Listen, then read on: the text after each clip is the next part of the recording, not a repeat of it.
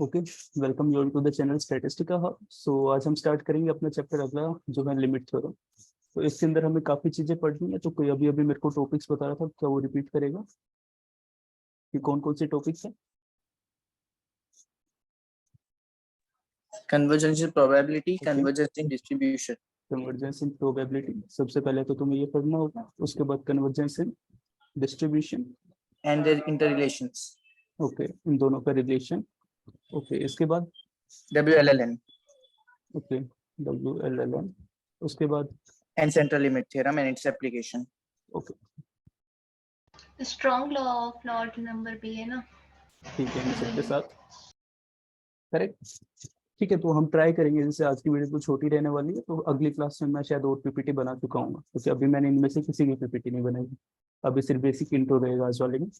तो कल शायद अगली 3 क्लास में हम इसको कंप्लीट कर देंगे। ठीक है, तो इस वीकेंड तक कंप्लीट करके वीकेंड पे ही हम अगला चैप्टर स्टार्ट करेंगे। ठीक है, तो सबसे पहले लिमिट थ्योरम। तो लिमिट थ्योरम होता क्या है? तो सबसे पहले जब भी तुमने देखा, तुमने सबसे पहले वर्ड मेरे को बोला है कि भैया कन्वर्जेंस। ठीक है, इन प्रोबेबिलिटी इन डिस्ट्रीब्यूशन वो तो बात की बात है, सबसे पहले तो कन्वर्जेंस। ओके, अब कोई मेरे को बताएगा, जब हम स्टैट्स में यहाँ पे लिमिट थ्योरम के अंदर काम कर रहे होते हैं, तो हम कन्वर्जेंस किसकी कन्वर्जेंस के ऊपर बात करते हैं? मतलब कन्वर्जेंस क्या होती है उसके ऊपर देखेंगे, लेकिन उससे पहले कि कन्वर्जेंस हम किस चीज को कन्वर्ज करवाने का ट्राई कर रहे होते हैं।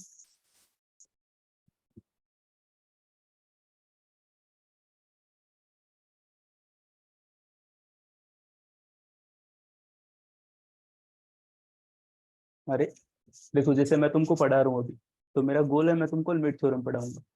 तो मैं तुमको क्या पढ़ा रहा हूँ ये मुझे पता है कि मैं तुमको लिमिट थ्योरम पढ़ा रहा हूँ। ऐसे मैं पूछ रहा हूँ कि अगर मैं तुमसे बोल रहा हूँ कि हम कन्वर्जेंस पढ़ने वाले हैं, तो कन्वर्जेंस किस चीज की कन्वर्जेंस? कन्वर्जेंस का मीनिंग तो समझ में आता हुआ कि अगर मैं ऐसे ऐसे हाथ घुमा रहा हूँ, एट द एंड मेरे को इस व्हाइट बोर्ड पे आना ही, तो कैसे भी मैं कैसे भी हाथ को कर रहा हूँ, लेकिन मैं कन्वर्ट कर जाऊंगा इसी पॉइंट के ऊपर, क्योंकि मेरे को लिखना है। ठीक है, इसका सबसे बेसिक आइडिया तो यही है कि तुम घर से बाहर निकले हो, तुम इधर उधर घूम रहे हो, कहीं पे भी घूम रहे हो, पूरे दिन एट द एंड तुम कन्वर्ट कर जाओगे घर पे, एकदम सिंपल वर्डिंग में। करेक्ट? Hello, yes. ठीक है। तो कन्वर्ट करवाने का मतलब क्या होता है? सबसे पहले अगर मैं इसी को देख लूं कि अगर ये तुम्हारा घर है, ठीक है, इसमें कोई भी अभी जो पढ़ा रहा हूँ उसका कोई रिलेशन नहीं है तुम्हारे कोर्स वगैरह से। ठीक है, ये तुम्हारा घर है। ओके, अब तुम बाहर खेल रहे थे, घूम रहे थे, कहीं पे भी थे, तो तुम क्या थे? मान लो यहाँ से तुम स्टार्ट हुए थे, तुम इधर चले गए, फिर अपने दोस्त के पास चले गए, फिर किधर चले गए, फिर और कहीं चले गए, और तुम घूमते रहे घूमते रहे घूमते रहे, एट द एंड तुम घर पे चले जाओगे। यही चीज कन्वर्जेंस। ठीक है, एक बेसिक आइडिया जो हम छोटे से बच्चे भी पूछे, मतलब कन्वर्जेंस को थोड़ा हिंदी में आई डोंट नो क्या बोलते हैं, लेकिन हाँ थोड़ा अगर समझा के उसको बोले कि बेटा तू एट द एंड किधर पहुंच जाएगा, तो वो भी बता देगा तो भैया मैं मम्मी के पास चला जाऊंगा। तो कन्वर्स तरीका वही है, आइडिया सेम है जो भी हम रियल वर्ल्ड में देखते हैं, बस उसको मैथमेटिकल फॉर्मेट पे अब हमें लेके आना। ठीक है, तो बात करते हैं सबसे पहले कन्वर्जेंस के ऊपर ही कि हाँ भैया कन्वर्जेंस क्या होता है। तो यहाँ पे कुछ मैंने डायग्राम से डाला है, ऐसे डाल रखा है कि ऑब्वियसली तुम्हारे पास बहुत सारी रे आ रही थी, किसी भी डायरेक्शन से आ रही थी, एट द एंड वो सब एक ही डायरेक्शन में कन्वर्ज कर दी। तो ऊपर वाला आइडिया कि बच्चा घर पे आ रहा है, कहाँ से कहाँ पे आ रहा है, वो सब आइडिया कि हमारे पास कहीं पे भी हो, एट द एंड तुम्हें किसी एक पॉइंट पे जाना है, वहां पे तुम्हें कन्वर्ज करना है। ठीक है, no issue in this thing, एक बेसिक डेफिनेशन थी। अब आते हैं भैया कन्वर्जेंस के ऊपर कि हाँ ये कन्वर्जेंस आई कहाँ से, क्या होती है, और हमें कन्वर्जेंस किस चीज के ऊपर चेक करना है। तो अभी अगर मैं देखूं कि बेसिक सिंपल उसी एग्जांपल पे आते हैं, मेरा कोई रिलेशन नहीं है, स्टैट्स वगैरह आप तो सीख ही लोगे तुम लोग, उसको कैसे रियल वर्ल्ड से एक बार निकाल के देखना है उसको देखते हैं। तो वहां पे एक बच्चा था जो यहाँ पे खेल रहा था, मान लो किसी ए पॉइंट पे, थोड़ी देर बाद वो बी पॉइंट पे खेल रहा है, सी पॉइंट पे खेल रहा है, डी पॉइंट पे खेल रहा है। मम्मी ने बोला कि 6 बजे घर आ जाना, तो मान लो ये उसका घर है। ठीक है, अब उसको इस घर पे आना है। तो अगर मैं बोल रहा हूँ कि ये बच्चा है, ये कन्वर्ज कर जाएगा घर में, तो टेक्निकली अगर एकदम सिंपल फॉर्मेट पे देखूं, तो हम इस चीज को एट द एंड जाके देखेंगे डिस्टेंस। एकदम सिंपल फॉर्मेट कि हम एक डिस्टेंस देखेंगे। डिस्टेंस किस चीज के बीच में देखेंगे ये बताओ अब, मेरे वाले एग्जांपल में। इसमें कोई मैथमेटिकल कुछ नहीं है, किस चीज का डिस्टेंस में देखना चाह रहा हूँ?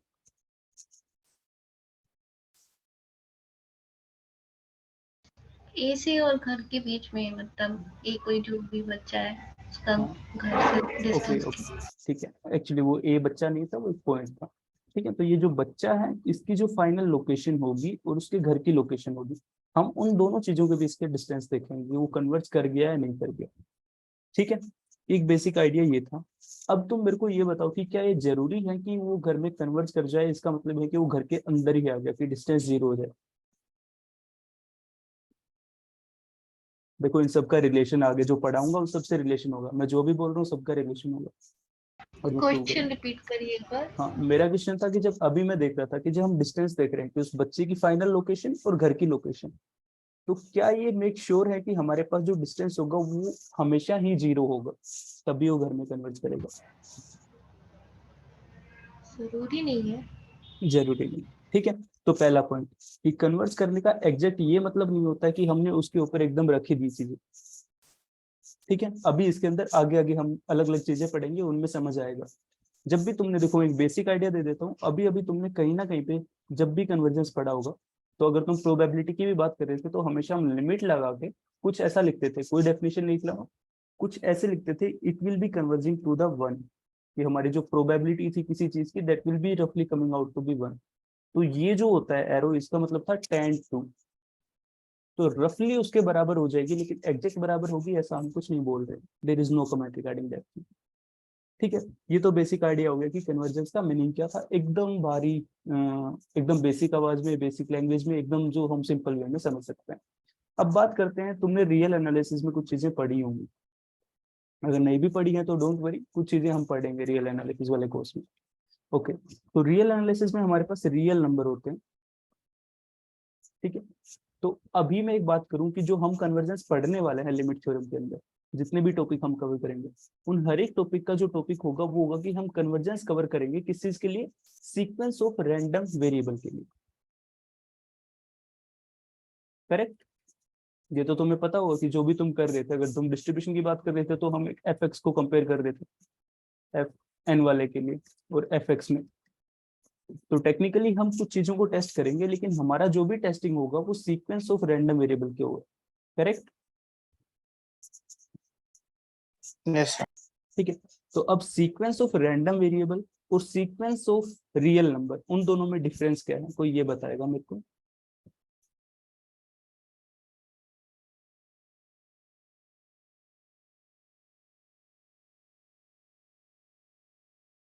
देखो, हाँ हाँ, कोई बोल रहा, किसी ने अनम्यूट किया था तो बोलो।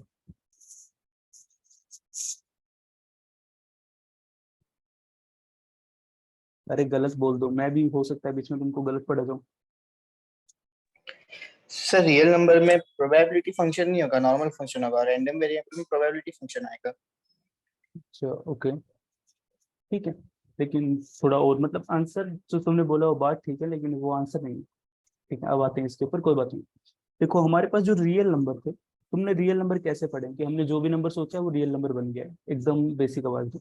उसके बाद अगर मैं बात करूं सीक्वेंस ऑफ रैंडम वेरिएबल की, तो वापस चले जाओ रैंडम वेरिएबल की डेफिनेशन के ऊपर, कि जब तुमने रैंडम वेरिएबल पढ़ा था तो हमने क्या पढ़ा था कि random variable is a function of, किसका फंक्शन था?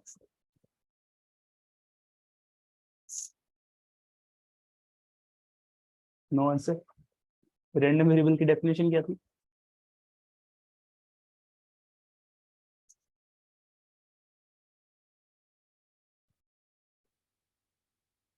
तुम लोग करिश्मा के साथ भी ऐसे चुपचाप ही बैठे रहते हो क्या?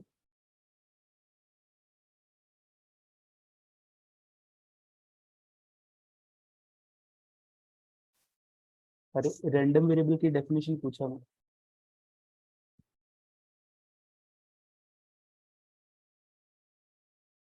Joy hello. So a function from sample space to real life. बस, तो इसमें सोच क्या रही थी इतनी देर तक? ठीक है, तो हमने जब रैंडम वेरिएबल पढ़ा था तो हमने एक चीज पढ़ी थी कि भैया जो रैंडम वेरिएबल होता है इट इज ए फंक्शन जो सैंपल स्पेस से जाता है रियल नंबर के ऊपर। ठीक है, अब उसी चीज को, डेफिनेशन को तुम यहाँ पे अप्लाई करके देखो। मैं बोल रहा हूँ कि मेरे पास एक है सीक्वेंस ऑफ रियल नंबर, एक है सीक्वेंस ऑफ रैंडम वेरिएबल।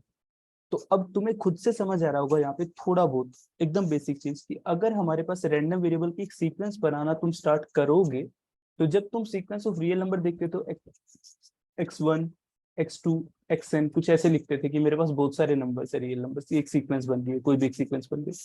ठीक है, अब यहाँ पे सीक्वेंस ऑफ रैंडम वेरिएबल के ऊपर तुम जैसे भी बात करोगे, तो अभी हमने इसकी डेफिनेशन डिफाइन की कि भैया x ओमेगा होता है जो कि ओमेगा से लेके आर पे जाता है।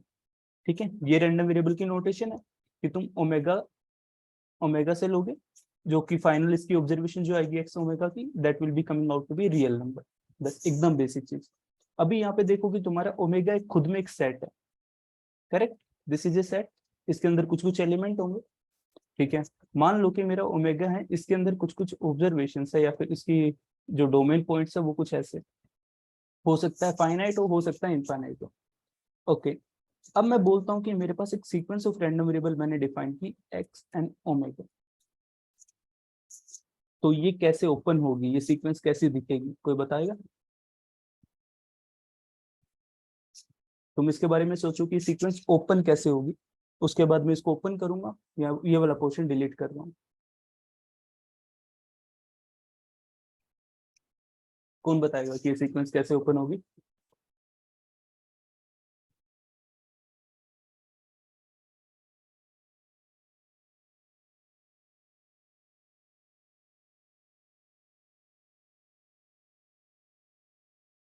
अरे कुछ भी कमेंट कर दो फिर से।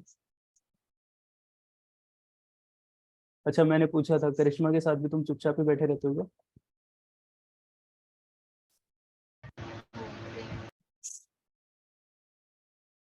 ओके, मैं तुमसे पूछ रहा था अभी कि मेरे पास जो सीक्वेंस हम बना रहे थे, कि मैंने लिखा एक्स एन ओमेगा, तो ये सीक्वेंस कैसे ओपन होगी, कैसे दिखेगी ये सीक्वेंस, मतलब विजुअलाइजेशन तो हमें करना पड़ेगा ना। देखो, न्यूमेरिकल सोल्व हो ना हो वो तुम्हारी प्रैक्टिस पे डिपेंड करेगा ऑब्वियसली, मतलब मैं पढ़ाऊंगा, करिश्मा पढ़ाए, कोई भी पढ़ाए, न्यूमेरिकल तुमसे सोल्व हो तुम पे डिपेंड करता है। लेकिन जो पढ़ा रहा है उसका काम है तुमको कॉन्सेप्ट समझाना, तो इसको समझने के लिए तुम्हें थोड़ा सा खुद से ऑब्जर्वेशंस लगाने पड़ेंगे कि हाँ हो क्या रहा। तो अभी देखो, तुमने खुद सामने लिखी है सारी चीजें, हमें पता है कि रैंडम वेरिएबल क्या होता है, कि भैया ये हमारे पास एक फंक्शन होता है सैंपल स्पेस से डोमेन का। ठीक है, अब तुम वापस एकदम 12th 12th कौन सी ग्रेड में फंक्शन पढ़ा था, शायद 11th में पढ़ा था मैंने शायद। ठीक है, तो 11th ग्रेड में हम पढ़ते हैं कि फंक्शन क्या होता है। तो अगर तुम्हारे डोमेन पॉइंट का कोई भी एक पॉइंट रह जाता है तो फंक्शन वेल डिफाइंड नहीं होता, करेक्ट? यस। ठीक है, कोडोमेन में तुम्हारे पास पॉइंट बच सकते हैं, कि रियल नंबर सारे हो पॉसिबल नहीं है। हो सकता है तुम्हारे रियल में से सिर्फ इंटीजर नंबर ले रहा था, लेकिन रियल तो वो भी थे 2.3 2.4 ये वाले। तो ये पॉइंट तुम्हें याद रखना है कि डोमेन का हर पॉइंट वेल डिफाइंड होना चाहिए और उसकी ऑब्जर्वेशन आनी चाहिए, कि उसकी इमेज आनी चाहिए। ठीक है, पहला पॉइंट।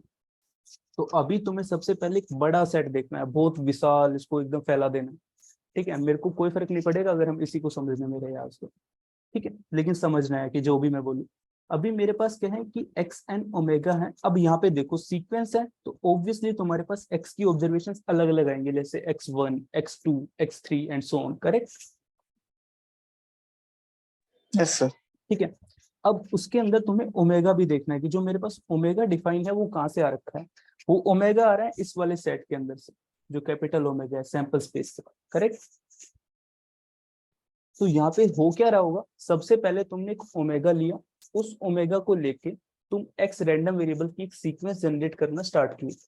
तो तुमने सबसे पहले ओमेगा 1 फिक्स किया, उसके बाद तुमने सीक्वेंस जनरेट की, तो तुम्हारे पास आया x1 omega 1 and so on. जैसे मैं अगली भी टर्म लिख देता हूँ,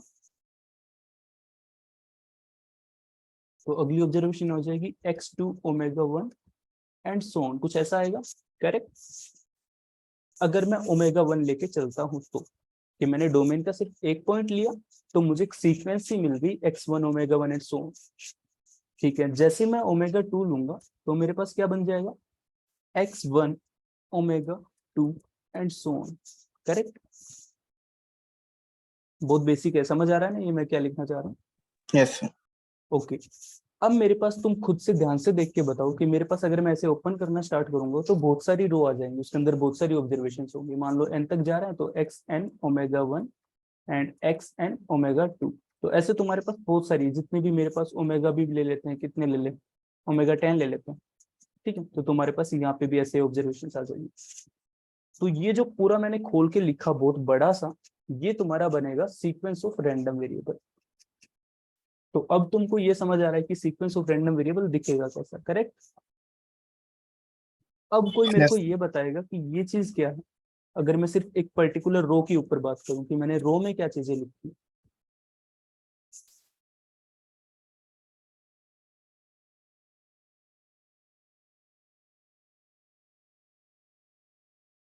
एक रो में जो भी ऑब्जर्वेशन है उनको थोड़ा देख के बताओ कि वो सब है क्या। सो ओमेगा 1 के ऊपर ही फंक्शन है। वो ओमेगा 1 के ऊपर एक्स जो रैंडम वेरिएबल था उसकी ऑब्जर्वेशन है, करेक्ट। तो अब तुम्हें दिख रहा होगा कि अगर मैं यहाँ पे जाऊं तो यहाँ पे एक ओमेगा 1 को हम फिक्स करके एक रैंडम वेरिएबल के अंदर वैल्यू डाले तो हमें एक रियल नंबर मिलेगा, करेक्ट।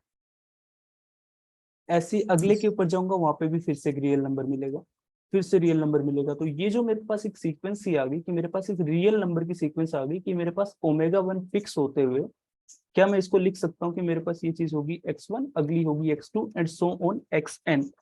इन ऑब्जर्वेशंस को मैं लिख सकता हूँ कि भैया ये y1 हो सकता है, ये y2 हो सकता है and so on. Dummy variable use कर रहा हूँ, ठीक है।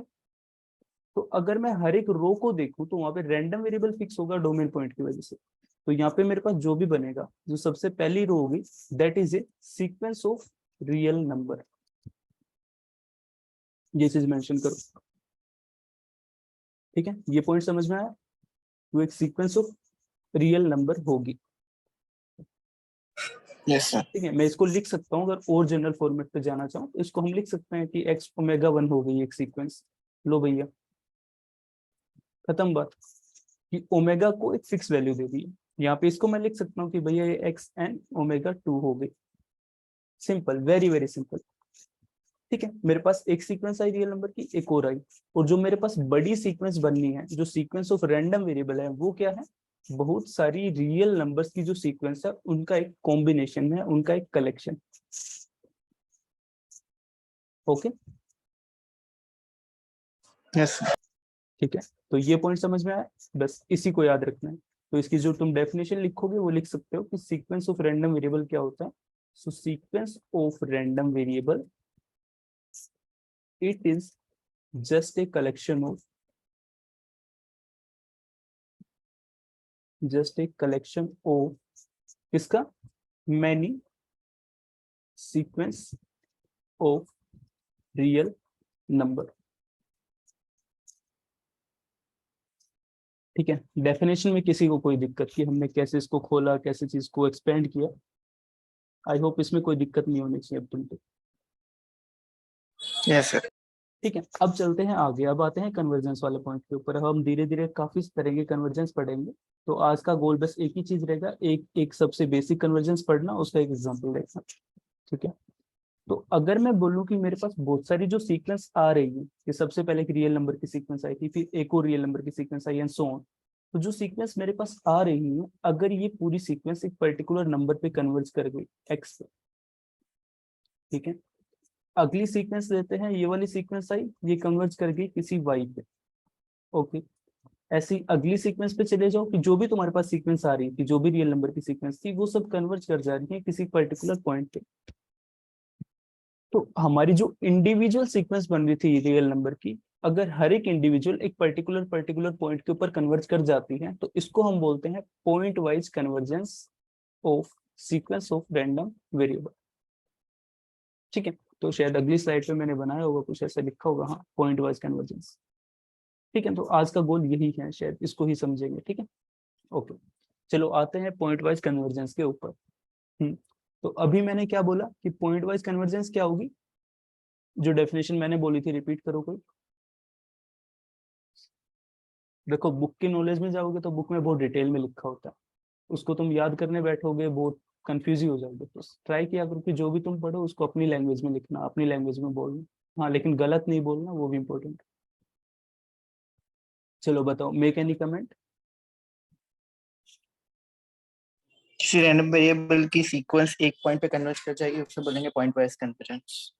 ठीक है, देखो मैं थोड़ा सा एक्सपेंड करके लिखूंगा दोबारा से सेम ही चीज को, उसको बस टू द पॉइंट तुमको समझना है। डेफिनेशन हो सकता है मैं भी जो लिखूं ठीक हो ना हो, लेकिन डेफिनेशन तुम बुक से देख सकते हो, ठीक है, लेकिन समझना इंपॉर्टेंट है। अभी मैंने तुमको बताया कि मैंने जो सीक्वेंस डिफाइन की थी कि एक्स एन ओमेगा जो हम ले रहे थे, वो क्या था, वो कैसे खुल रहा था कि तुमने ओमेगा 1 लिया, ओमेगा 2 लिया, ओमेगा 3 लिया एंड सो ऑन। तो यहाँ पे तुम्हें एक सीक्वेंस मिलेगी एक्स एन ओमेगा 1 के लिए, करेक्ट। यहाँ पे तुम्हें मिलेगी एक और x N omega 2 and so on. तो तुम्हें बहुत सारी सीक्वेंस मिली जो रियल नंबर की सीक्वेंस थी, ठीक है।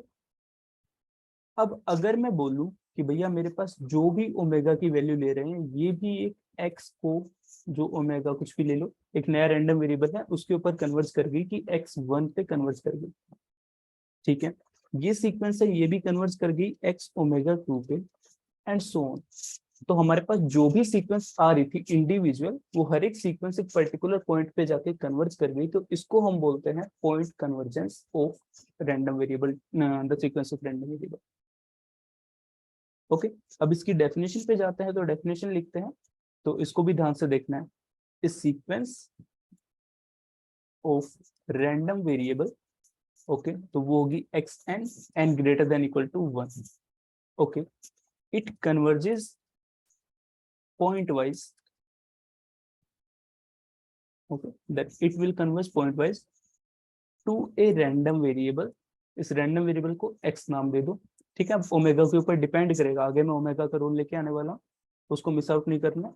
ये मेरे पास सीक्वेंस थी, इसको हमने ऐसे लिखा, it will converge point wise to a random variable x, okay, if and only if, ठीक है। अब वापस जो स्टार्टिंग में मैंने चीज पूछी थी कि हम पूछ रहे थे कि घर के बहुत ही पास पहुंचेगा या फिर घर के अंदर ही चला जाएगा, डिस्टेंस 0, उसी पॉइंट के ऊपर आएंगे। If and only given any particular epsilon greater than 0, कोई एक एप्सिलॉन होगा जो जस्ट 0 से बड़ा होगा, वो 0 को कन्वर्ज ही करेगा बेसिकली, तो वही कि घर के पास होगा तो भी हम उसको बोल देंगे कन्वर्ज करेंगे, okay. There exist some n naught such that if you apply modulus of x n omega minus x omega, this will be less than epsilon for all the values of n that is greater than equal to n naught, ठीक है। अब इस definition को पहले समझो, इसके अंदर एक चीज की कमी है, पहले इतने को समझो, उसके बाद जो कमी है उसको मैं फिलअप करूंगा।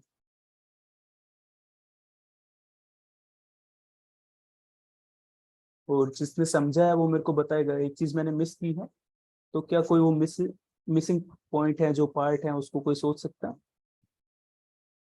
मतलब जानबूझ के मैंने मिस किया।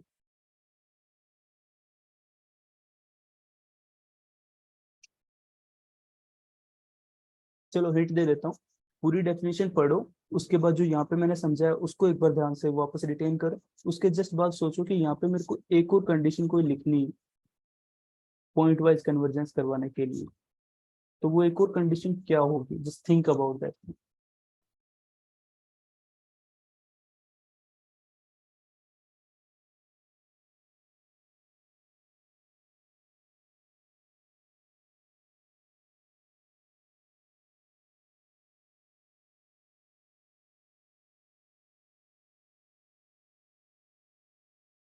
किसी ने सोचा?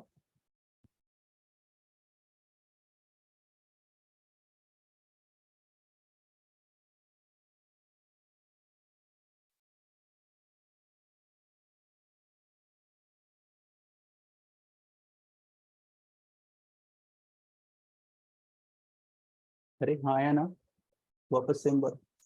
किसी ने कुछ सोचा इसके बारे में? For every omega belongs to capital omega. Correct, यही चाहिए था। अभी जिसने बोला कि इसके बाद एक और कमेंट करेंगे, for every omega that must be belonging to capital omega. अब ये डेफिनेशन कंप्लीट हो गई है पॉइंट वाइज कन्वर्जेंस, ठीक है। तो जिस भी बच्चे ने अभी आंसर किया है, वेरी गुड। तो देखो, ऐसे ही तुमको चीजों को ऑब्जर्व करना है और ऐसे डेफिनेशन रटने की जगह उनको समझ लेना है कि हो क्या रहा है। तो अभी मैंने ऊपर बोला था कि जो भी मेरे पास इंडिविजुअल सीक्वेंस बन रही थी, वो एक particular x omega 1 x omega 2 उन सबको कन्वर्ट कर जाएगी। तो हम हर एक को एक पॉइंट के ऊपर लेके जा रहे थे, हर सीक्वेंस को पॉइंट पे, इसको भी पॉइंट पे, तो उसको हम बोल रहे थे पॉइंट वाइज कन्वर्जेंस। अब ये वही चीज थी, तो मैंने बस इतनी डेफिनेशन लिखी थी कि देखो भैया हमारे पास, देखो सबसे पहले ये वाली चीज, ये एन नोट क्या होता है। तो जब तुम सीक्वेंस स्टार्ट करोगे तो स्टार्टिंग में वो ऐसे फ्लक्चुएट कर रही होगी, कहीं ना कहीं पे भी जा रही होगी, कुछ एक पर्टिकुलर एन मिलेगा हमें जिसको हम एन नोट बोल रहे हैं, कि इसके बाद चीजें कन्वर्ज कर जाएंगी। जैसे बच्चा बाहर घूम रहा है, इसी को कि बाहर वो खेल सकता था, कभी किसी टाइम पे कहीं पे भी खेल रहा हो सकता है, लेकिन शाम के 6-7 बज गए तो हाँ वो घर के आसपास पहुंच जाएगा, उसके और ज्यादा लेट जाएगा तो घर के एकदम अंदर जाके सो ही रहा होगा, या घर के बाहर सो रहा होगा, वरांडे में सो रहा होगा, कहीं पे भी सो रहा होगा, ठीक है। ये एग्जाम्पल्स बड़े से वेग है, आई डोंट नो तुम रिलेट कर पा रहे हो या नहीं, लेकिन मैं ऐसे रखता हूँ चीजों को। तो हमारे पास कुछ ऐसे ही हो रहा था कि वो चीजें ऐसे फ्लक्चुएट करती रहेगी, लेकिन पर्टिकुलर टाइम आएगा, जैसे बच्चे वाला केस था इसमें। तो यहाँ पे भी तुम्हारे पास सीक्वेंस के अंदर पर्टिकुलर एक एन मिलेगा, जिसको हम एन नोट बोल रहे हैं, कि उसके बाद वाले जो भी पॉइंट होंगे वो कन्वर्ज करेंगे, उससे पहले के नहीं कर रहे होंगे। ठीक है, तो यहाँ तक तो ये चीज थी कि जैसे ही हमारे पास एक गिवन एप्सिलॉन नोट के लिए तुम्हें एक एन नोट मिलेगा, सच दैट कि अगर तुम ये डिस्टेंस निकालोगे कि इस सीक्वेंस का और इस रैंडम वेरिएबल का, this will be less than epsilon for every n that is greater than n naught and for every omega that is belonging to capital N। कि ओमेगा के हर एक पॉसिबल वैल्यू के लिए, मतलब हर एक जो सीक्वेंस जनरेट होगी वो हर एक सीक्वेंस किसी पॉइंट को जाके कन्वर्ट कर जाएगी, इसी को हम पॉइंट वाइज कन्वर्जेंस बोलते हैं। ठीक है, समझ में आया? Yes sir. ठीक है, बहुत बेसिक बेसिक सी चीज थी। ठीक है, आई डोंट नो मैंने आगे पेज पे कुछ, ओके ठीक है, मैं एक एग्जांपल और करवा रहा हूँ, लेकिन ठीक है अगली स्लाइड से मैं बीच बीच में एक और गैप डाल दूंगा, सो दैट कोई भी न्यूमेरिकल बचेगा तो अगले पेज पे किया करेंगे। ठीक है, अब इसका टॉपिक भूल जाओ कि यहाँ पे टॉपिक क्या लिखा है, एक प्रॉब्लम दे रहा हूँ, प्रॉब्लम भी नहीं है, बस अभी जो पॉइंट हमने पढ़ा है उसको समझ के उसको अप्लाई करना है तुमको।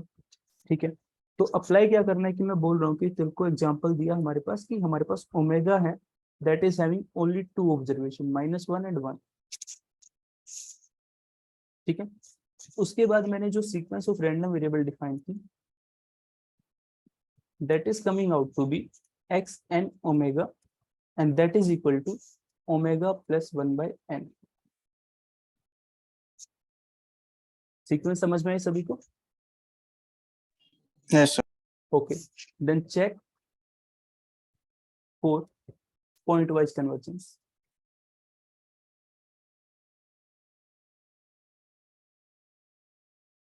तुम में से मैथमेटिक्स से कौन कौन है? Is there anyone from mathematics?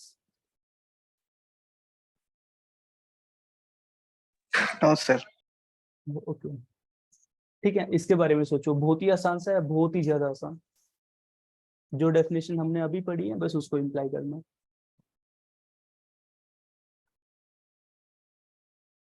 Sir जब ओमेगा -1 होगा तो कन्वर्ज कर जाएगा -1 पे, बट जब 1 होगा तो कन्वर्ज कर जाएगा 1 पे।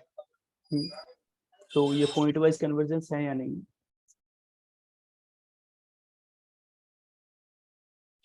नहीं सर नहीं है, क्योंकि एक ही पॉइंट पे कन्वर्ज नहीं हो रहा है, 2 अलग अलग पॉइंट पे कन्वर्ट हो रहा है।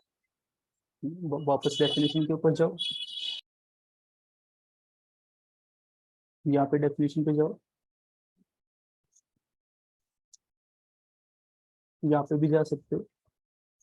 हमने कभी ये नहीं बोला कि वो सब एक ही पॉइंट पे कन्वर्ट करेंगे, हमने पूछा था टुकड़ों में कि पहली सीक्वेंस थी वो किसी पॉइंट पे, दूसरी सीक्वेंस थी वो किसी पॉइंट पे, क्योंकि अगर वो सेम पे होते तो यहाँ पे नोटेशन भी सेम होती ना। हो सकता है वो सेम पे भी कर जाए, उस पर कोई एरर नहीं, लेकिन सेम पे नहीं हो तो भी चलेगा, इसीलिए उसका नाम है okay sir. Point wise convergence. ठीक है, तो ये पॉइंट वाइज कन्वर्जेंस हो जाएगी। ठीक है, तो अभी कोई और बताएगा ये कैसे होगा?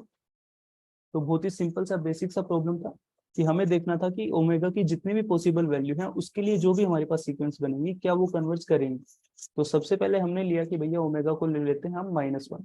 तो जैसे तुमने ओमेगा को -1 लिया होगा, इन दैट केस क्या बना होगा सीक्वेंस बन गया होगा कि omega that is -1 + 1/1। Okay, -1 + 1/2, -1 + 1/3 and so on. तो अगर इसकी लिमिट लगाओगे n टेंडिंग टू इंफिनिटी पे, तो 1/∞ दैट विल बी 0, तो -1 बनेगा, सो -1। तो ओमेगा इक्वल टू -1 के ऊपर ये जो सीक्वेंस थी that is converging to -1। Okay, उसके बाद हमारे पास क्या आएगा कि तुम अगर आगे जाओगे तो ओमेगा की वैल्यू को 1 ले लोगे, तो उस केस में भी ये बनेगा 1/1/1 + 1 + 1/2। Okay and so on. तो ये भी फिर से कन्वर्ज कर जाएगा 1 के ऊपर। तो दोनों पॉइंट वाइज कन्वर्ज हो जा रहे हैं। अब इसको एकदम जनरल फॉर्मेट पे लिखना हो तो हमें दिखता है कि अगर तुम ओक्स ओमेगा को देखोगे then it is converging to the point omega. Is that correct for every possible value of omega? Yes sir. So this is point wise convergence. ठीक है, अब समझ में आ गया सब कुछ? Yes sir. ठीक है, अब देखो ऑलमोस्ट श्योर हम सुबह वाली क्लास में कवर करेंगे। ठीक है, अभी देखो इसमें मैं थोड़ा सा तुमको हिंट देता हूँ, मतलब अगर तुम में से कोई पढ़ के आएगा आंसर करेगा दैट विल बी गुड। ठीक है, बोथ हैंड के लिए अच्छा रहेगा कि हम समझ पाएंगे कि हाँ चल क्या रहा है। तो अभी देखो तुमने अभी एक पॉइंट वाइज कन्वर्जेंस पढ़ा है कि हम हर एक पॉसिबल के लिए जो ओमेगा की हर पॉसिबल वैल्यूज थी उनके लिए पॉइंट वाइज कन्वर्ज करवा दे रहे। ठीक है, अब इसमें हम बोल रहे हैं इसका दूसरा नाम जो अगली स्टेटमेंट हम करेंगे वो है ऑलमोस्ट श्योर। तो इसका मतलब क्या है, एकदम हिंदी शब्दों में अगर तुम मेरे को बताओ इसका मतलब क्या होता है, खुद से सोच के बताओ।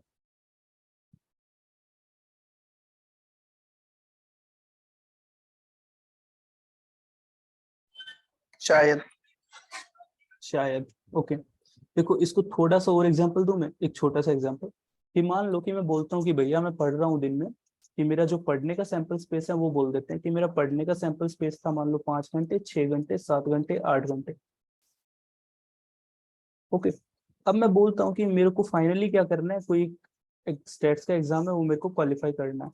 ओके, तो मेरा फाइनल गोल है टू पास। करेक्ट। ठीक है, कि मैं कितने भी घंटे पढ़ूं, 4 घंटे, 5 घंटे, 6 घंटे, 7 घंटे, कितने भी घंटे पढ़ूं, फाइनली मैं कन्वर्ट कर जाऊंगा पास होने के। ओके, तो तुम्हारा जो स्टडी आर है that must be converging to passing the exam, ये गोल है अपना। अब इसके अंदर अगर मैं बोलूं कि मान लो जहाँ पे तुम्हारे पास कोई पर्टिकुलर पॉइंट होगा कि 5 है तो तुम कन्वर्ज नहीं करोगे। ओवर टाइम से कि अगर तुमने 5 घंटे पढ़ा है तो तुम कन्वर्ज नहीं करोगे पासिंग के ऊपर, लेकिन तुम 5 को अटेन करोगे उसका चांस ही बहुत कम होगा, अगर मैं कुछ ऐसा बोल दूं। तो इसके बारे में थोड़ा सोचना, जो अभी अभी मैंने कमेंट किया कि 5 होने की प्रोबेबिलिटी ही अगर बहुत कम हो जाए तो उस केस में तो तुम हमेशा श्योर हो कि तुम पढ़ोगे ही पढ़ोगे, तुम पास हो जाओगे।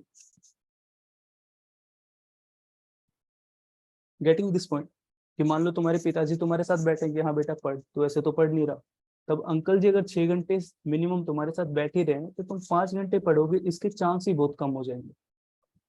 तो जहाँ पे तुम फेल हो जा रहे हो हम उस चीज को अटेन ही नहीं कर पाएंगे, उसके चांस ही नियरली 0 हो जाएंगे।